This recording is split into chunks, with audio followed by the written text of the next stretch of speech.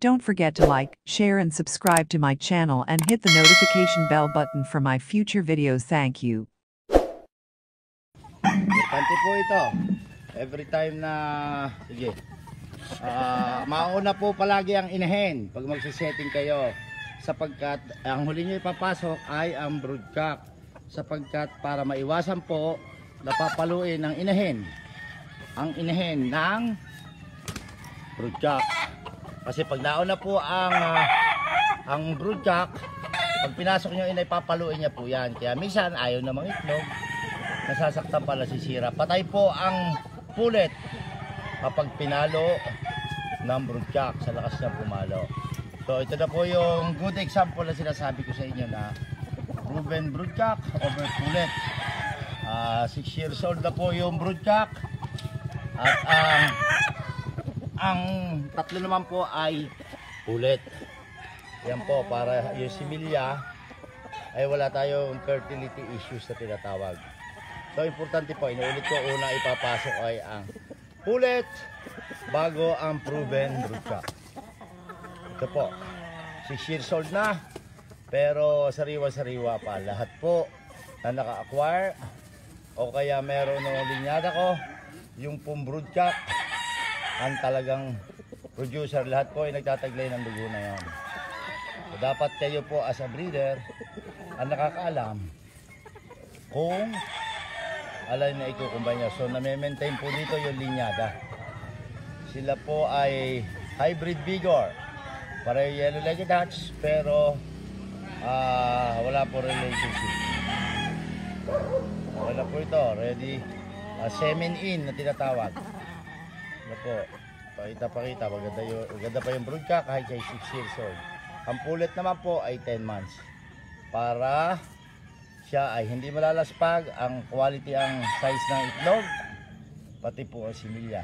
Lagi po tatandaan, importante ang ratio na isang broodcock o broodstag sa tatlong inahin man o pulet. Ito po, hindi naman siguro mag-aanak ito ng hindi quality. Depende pa rin po, kahit paano pong quality na linyada niyan, at yan naman ay nagkasakit, wala rin po yon. Importante po yon. Laging dapat ay healthy. Ay ulit ko, kapag po may kapintasan, ay huwag na ninyong gagamitin. Yun nga pong walang kapintasan ay natatalo. Yung pakayang meron kang masasabi o depresya na makikita sa mga materyales. Iba na po ang level ng labanan ngayon. Masyado ng napakasikip. Kaya dapat po meticuloso ka rin. Kumbaga sa parehas kayong piling-pili ang materyales, at di magkakatalo po ay sa alaga na naman. 25% po para sa akin ay bloodline, 25% ang swerte malas, 50% ay kung paano mo siya inalagaan. Ganun po ako sa conditioning or paglumalaban. Lagi po maingat sa materyales.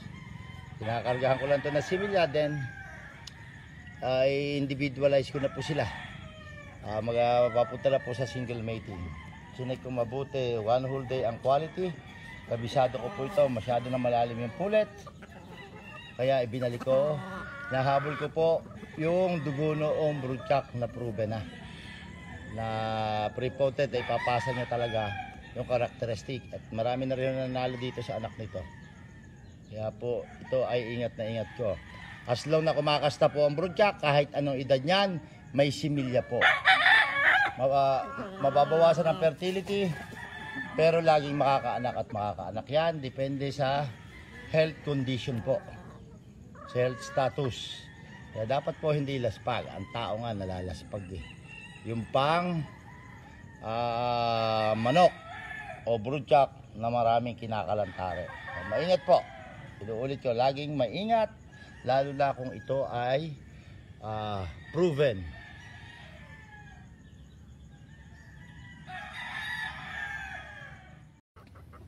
Ito po yung mga anak ng proven hen. kabila na malakas na ulan, saka bagyo. Almost 1 week po, 7 days na umulan. Ito po yung anak nila. Imagine 6 years old na, oh. Magaganda pa anak. Basta alam mo lang ang gagawin. Sila. Puputla, kailangan i-deworm, i-dilaws ito.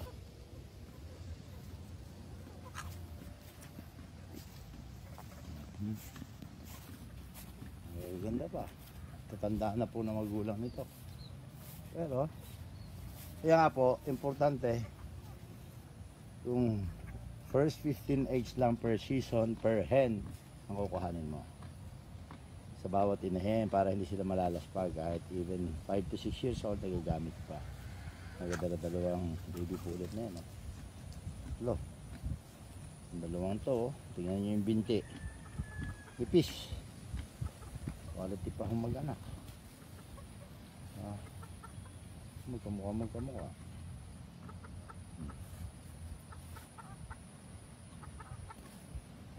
Po. Ito magkamukha. Ang tatanda na po ng kanilang ina. Ngayon natin yung iba pa. Po. Hiwalay sila. Group them according to size, not according to age.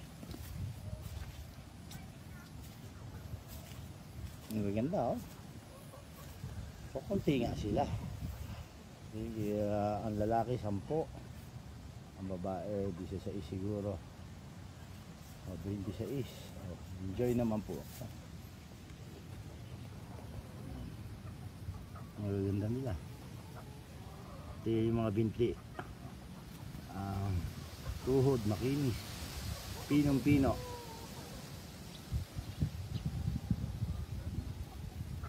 Kahit umulan, bali wala, kompleto ng bakuna nila. So mga 4 months old na ho ito eh. Ang pakain lang po dito sa day 1 pagkapisa, super sisiw hanggang 4 months. 3.5 months of age, hahaluan nyo na ng Max na may grains para ma-exercise na yung gizzard, mabilis magtunaw. So kaya po kung marami ako naiipon na inihin, pero hindi lahat nagagamit ko yan. Iba na pupunta sa free raffle pag may seminar. Yan nyo po. Kasi solid ang tinatawag na genetic transfer. Kasi una 15 itlog lang. Yung ibang hen hinihigpitan ko 10 itlog lang ang kinukuha ko bawat inhen per season. Hindi ko po kailangan ng marami. Hindi naman paramihan ang usapan.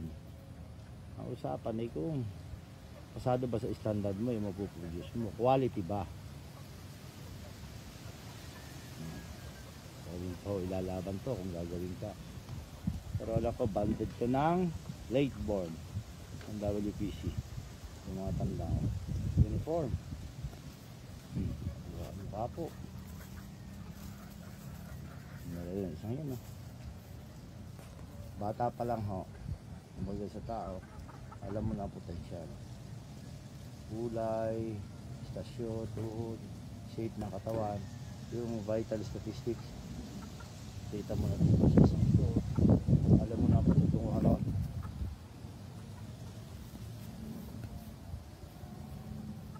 Ito pa yung iba. Ito pula ang mukha niya, pwede nyo i-enrage. Ginagawa ko lang na sila na silungan. Temporary. Tingnan pag imagine 7 days na continuous na malakas ang ulan, 24 hours a day umuulan, kaya. Tingnan, bukod sa kukunti, tanda ninyo, bukod sa solid and genetic transfer, pag first 15 eggs lang kinukuha mo per inahen, ay kung magkasakit man ay madaling gamutin. Ito hindi yun, wala. Hindi ba?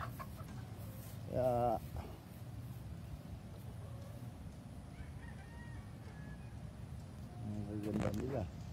Enjoy ka, hindi yung pagpunta mo. Ay Diyos ko, kung puro may sakit, ay magaling pa, pinagbago tayo. Maganda itong isang ito. O, lalo na pag natiwan. Magkakapatid, magpipinsan. Anak po na magkakapatid na proven hen. Kaya ingat na ingat po sila. Kaunti nga.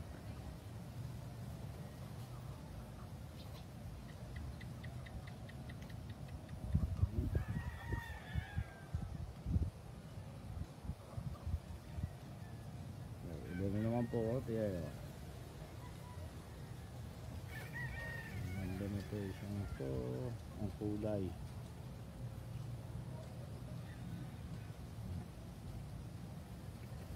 Kitang paho natin.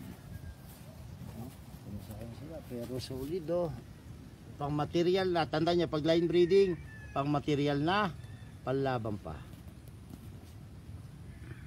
21. Yan po, pagka 3.5 months o 4 months onwards, dapat po may grains na.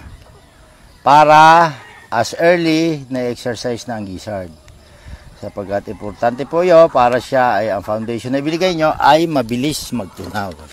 Sapagkat kapag mabilis po kumain at magtunaw, ay mabilis din niya po pinapatay ang kanyang kalaban. Exercise na po yan. Ayan, yung problema, dapat hulihin na itong malaking to. Straight ko kasi papaluin niya yung maliliit. Doon na po magsisimula magkasakit yun.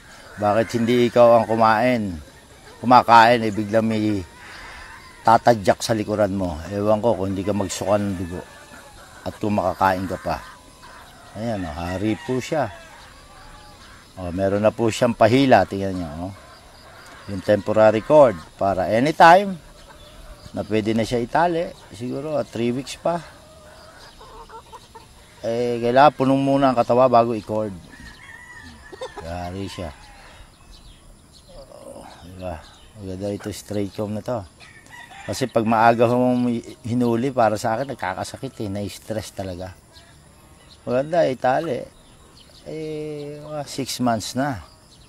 Kaya lang, delikado na po yun. Dapat as early as 5 months, nagbabantay ka na. Kasi anytime pwede magpatayan yan.